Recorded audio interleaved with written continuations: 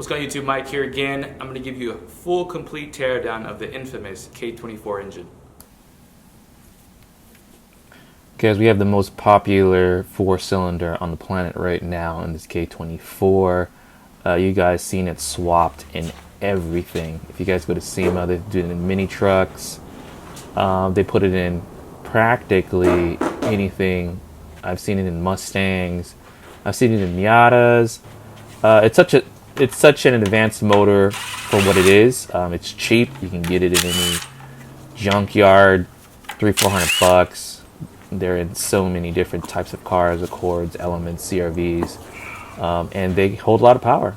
As you can see right now, we're disassembling, taking off the kind of exterior mounts, coils, things from the outside. I usually start from the outside in.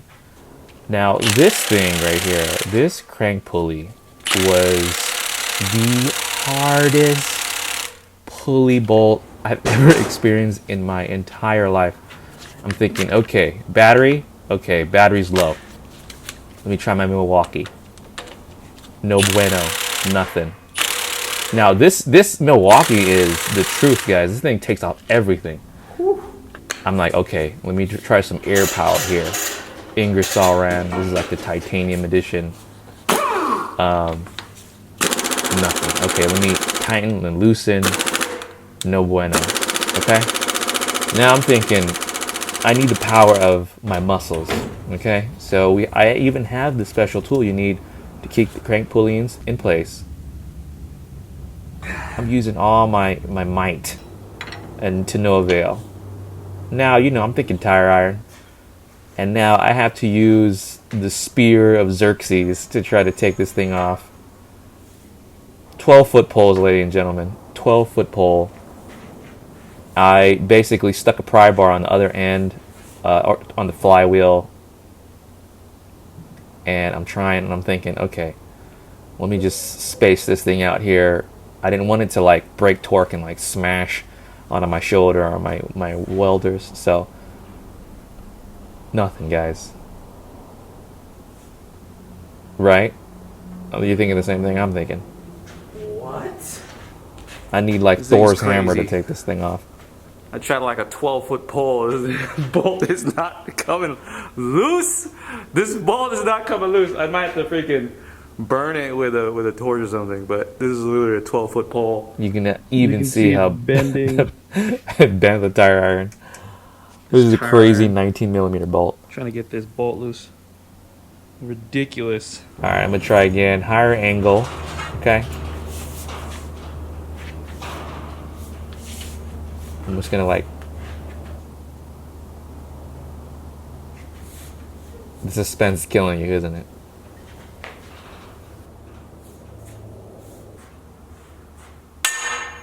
Oh, you see that? I got it loosed, everybody. Oh my gosh.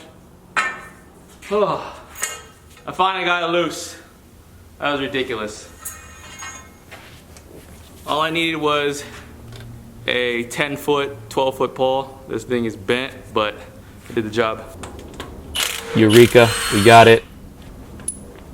Guys, if you're thinking that you could hand break a 19mm bolt, it's going to be impossible, guys. On this thing anyway. I am yet to maybe be a defeated. 10, 12mm, but not a 19. He said it's pretty easy. I'm taking out the auto tensioner. Just everything on the outside. This block is going to be completely stripped. This is a unique design to the K series. It's just how the water pump and kind of like the mount is done. Take a pry bar. Just kind of pry this off. There's silicone sealant all around it. And you're gonna work your way out. And this ginormous. Oh, little spillage, but you kind of can see how the inner workings of the K-Series works. Taking off the injectors. A little slip up. This is the VTEC solenoid. Removing this. There's going to be a little spillage of oil that seeps out.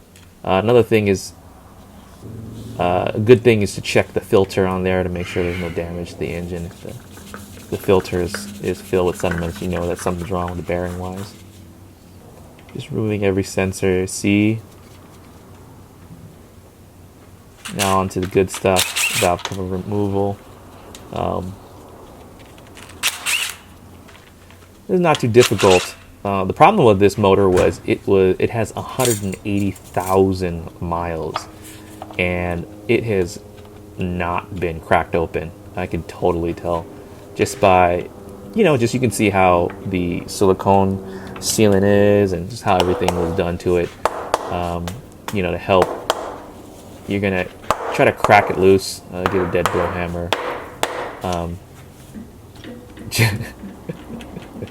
Literally everything on here was just like impossible, baked on everything. And I mean, for 180,000 miles, it was clean. Like, you guys look at the condition of everything.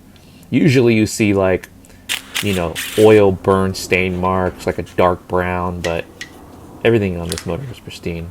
You're taking the VTC off, and now the timing cover. A different design from the older models, Hondas, which was plastic. This one's aluminum. Seals it up. You can see how tremendously dirty. It is prying the silicone. Everything is silicone on this thing, so you don't want to scratch anything up. I usually just take a rag, kind of break the seal, and you're gonna pry off. And you gotta pry and lift up right here.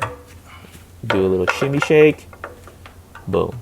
So from the outside, you can see that everything is disgusting, but actually from the internal, it's nice. We're gonna take the chain tensioner off, as well as the guides for the timing chain. A nice Allen here. There's a couple Allen bolts here that, usually you can take everything off within a 10 millimeter, 12 millimeter bolt, but with these new engines, there's a lot of Allens in them. I cracked these cam caps loose. You crack the torque off of them, and then I go and proceed to hit it with a gun, as well as shimming these cam caps off. Cam removal. Everything is going to be rebuilt, so in actuality, this head is not going to be used. I'm going with a K20 head on my build, so the way that this is being taken apart, as you can see, the numbers just kind of give you direction on how to reinstall everything. Just breaking the torque, these head bolts. Everything on this thing is like difficult to remove. Never been removed. Extremely hard to remove. Do a little shimmy. And we have the block. Yeah, you can see it definitely have miles on it. Internally, very, very clean. Externally, looks like it's been through a blizzard. Silicone again. I'm using a box cutter to try to break the seal of the silicone. I'm telling you, it is. You definitely need a pry bar for any K20, K24 to break the seal of the silicone. Everything is siliconed on, so there's no actually rubber gaskets anymore, like the older generation Honda motors. Everything is silicone sealed on. Just removing more. This is the chain for the oil pump, guides. It's interesting to see all the plastic, like the hard plastics that's in these motors, and you're thinking, you want something more durable, like metal, but this is the ginormous oil pump with balance shafts. Just removing all the covers and windage trays and everything like that. The unique design of the K series, as you can see, removing the look at this bearing. This bearing is, look at how new, like practically brand new, the bearing. Taking out the pistons and rods. It's actually not a beefy rod at all. I mean, people have seen like 400 horsepower on a stock bottom end. These rods are like dinky. I like this the unique skirt design in comparison to the older generation. You can see a lot of the changes in the design of the motor. One of the reasons why this motor is so strong is this design of the block. It's similar actually to like a girdle style. Look at this like the instead of having individual crank caps, main caps, it's a complete girdle that stabilizes and makes sure that the crank is steady. That's a really nice design. You've seen some in the 2JZ actually, how the block is and that girdle is done. But look at these bearings, guys.